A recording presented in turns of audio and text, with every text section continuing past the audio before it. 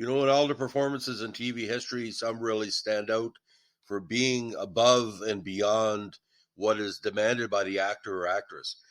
Powers Booth, who passed away in the last couple of years, known for Tombstone and other key parts, really hit it out of the park with his portrayal, and a lot of people say his possession, by Jim Jones in the movie miniseries The Guyana Tragedy, the story of Jim Jones.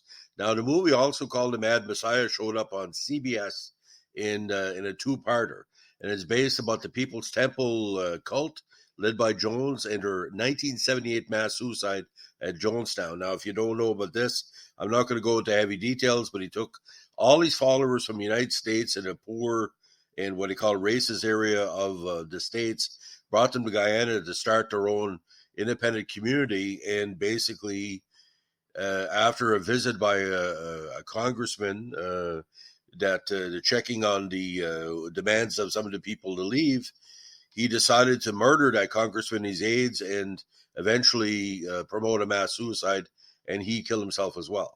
Now, the movie, a miniseries, is based on a book by Charles A. Krause entitled Guyana Massacre, The Eyewitness Account, and it was originally shown on television during Easter month, April 15, 1980.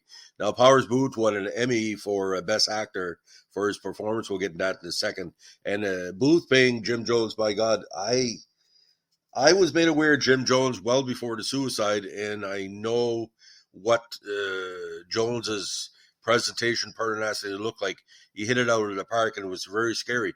You cannot watch this miniseries without basically maybe the ghosts of Jim Jones, the good and the bad, because he did good for a little while, is running through Powers Booth. Now, the film, again, draws on the eyewitness account and reports from the Post at the time, the Washington Post, to describe the life of Jones from a 1960s idealist to the mass murder-suicide in November of 1978. In the beginning of the film, Jones is seen helping minorities and working against racism. Later, after moving to San Fran to increase power and attention, he becomes focused on his belief in nuclear holocaust and moves hundreds of his followers to Guyana.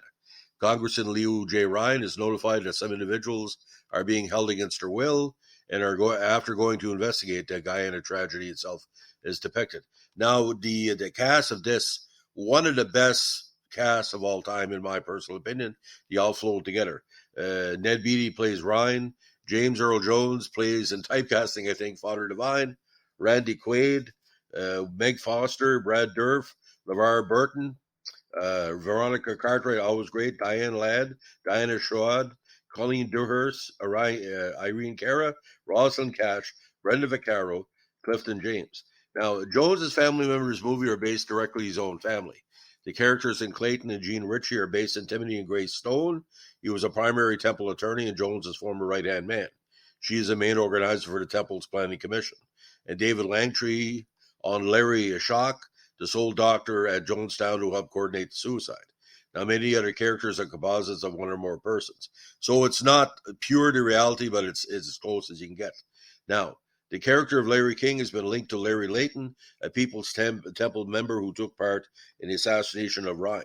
Though not a documentary in its own right, the film takes the style of a true life portrayal of the events, sort of like a in cold blood Truman Capote style.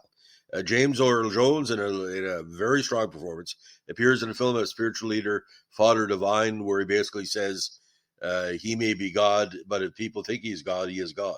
The final scenes of the film, very harrowing, and don't watch it more than once, had dialogue taken from the infamous Jonestown death tape, were produced in the documentary cinematic style and shot in Puerto Rico and Georgia instead of Guyana.